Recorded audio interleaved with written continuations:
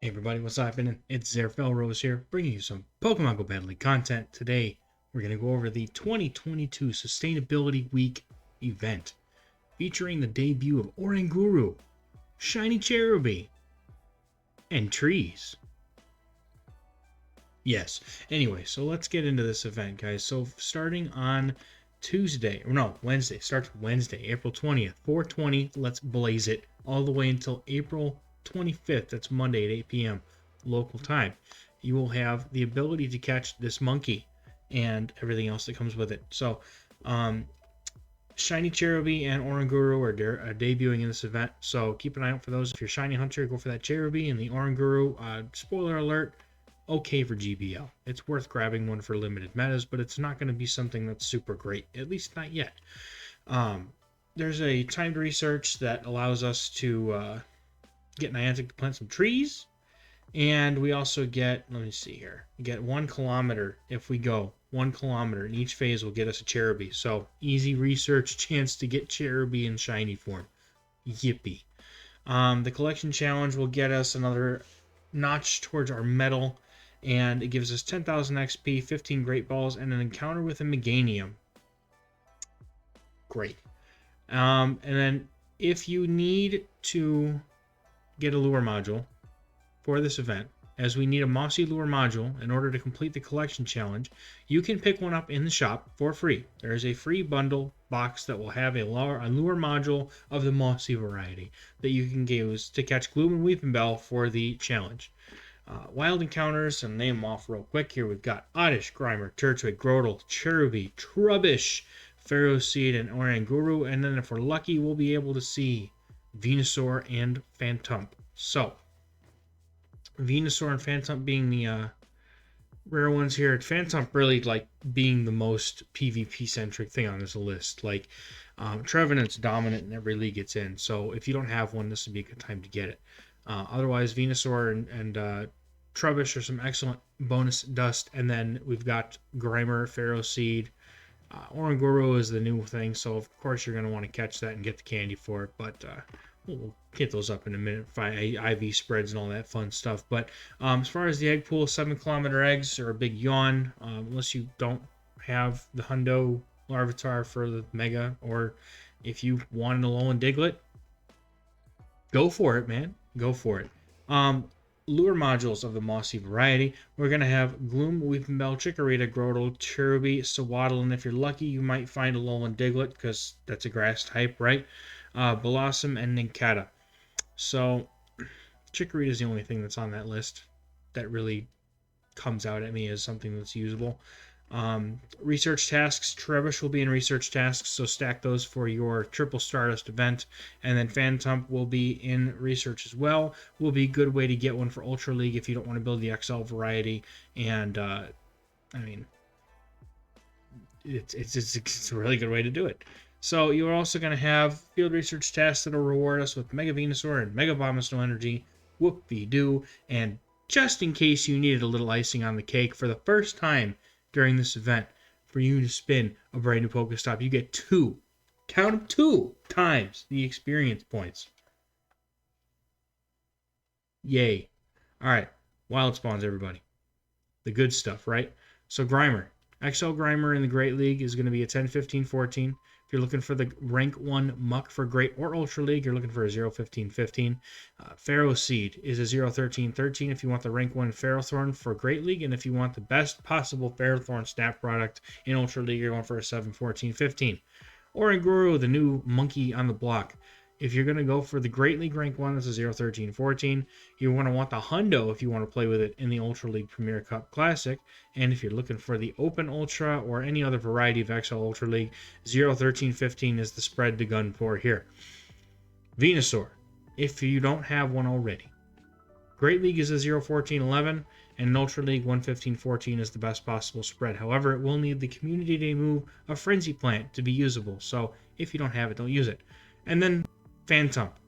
So, rank 1 Great League Trevenant 0-15-15, and then the rank 1 non-XL variety of Trevenant is the 10-15-15. So, easily pluck that one out of your research tasks if you like to farm those up, or Try and trade them with your friends, see if you can mirror trade them. You do get free evolution cost with no candy needed if you trade Phantom. So the 11515 is the XL version of Trevenant. If it's me personally, I'm just building a non-XL Trevenant. There's no reason to build an XL Trevenant, to be honest. Yes, it has its advantage, but it costs a lot of dust. I'm not spending dust on that. Speaking of dust, though, we got the money bag himself down here, Trubbish, Mr. Trash Money over here. And then Venusaur giving us 500 dust because it's a Stage 2 evolution Pokemon in the wild.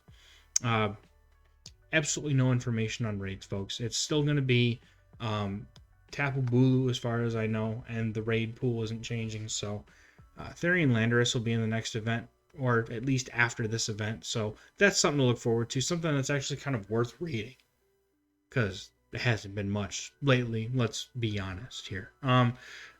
But let's talk about the monkey for a minute here now. Since there's no research and no raids, I mean, research, okay, Phantom, that's about it. It's still going to be 10, 15, 15 for the Ultra League variety here. But we'll talk about the monkey, because that's really about all there is left to talk about in this event. So, monkey, Oranguru. In the Great League, number 363 is god-awful. You ever seen something so weak to bug types? Because I have.